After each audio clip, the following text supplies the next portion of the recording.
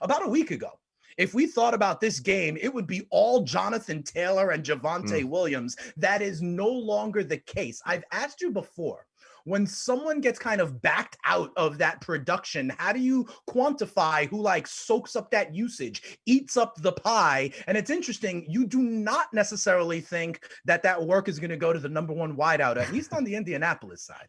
Yeah, well, that's one way to put it. But I'm going with Michael Pittman under 64.5 receiving yards.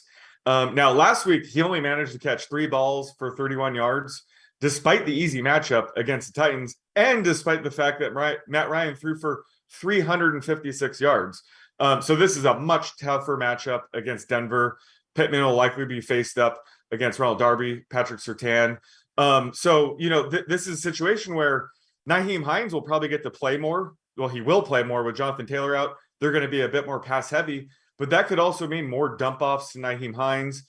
Matt Ryan could continue to target this 3-headed monster they have at the tight end position with Granson, Moa Cox, and Jelani Woods. And rookie Alec Pierce has been coming on of late. So there's just added competition for targets right now for Pittman. And plus, the Broncos blitz at the 4th highest rate. So I think Matt Ryan's going to have some issues with that. Pittman's yards per target goes down from 8.48 to 6.57 yards per target against the blitz.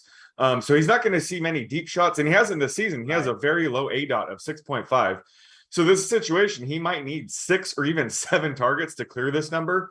So while I do think he will be, Matt Ryan's number 1 target, he just needs a large target share to get there. And I just see Matt Ryan continuing to spread the ball around tonight. So I have this median closer to 57.5 for tonight.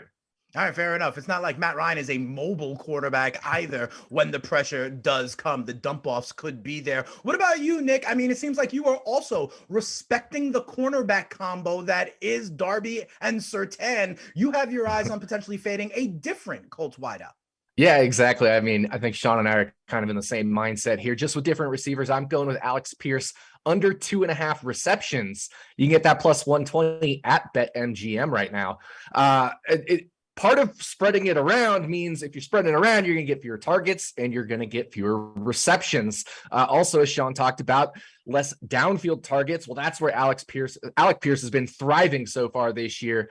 The Broncos overall, they've just allowed the second fewest yards to wide receivers. Pierce lines up on the outside 96% of the time, so he's an outside wide receiver, which means Surtain and Darby will be matching up against him. They've allowed a sub 60% completion rate each, and they've also each allowed less than 1 yard per route run. The only back that Pierce has faced so far this year is Houston Steven Nelson, that has allowed under 60% catch rate and sub 1 yard per route run. So this is definitely his hardest matchup of the year.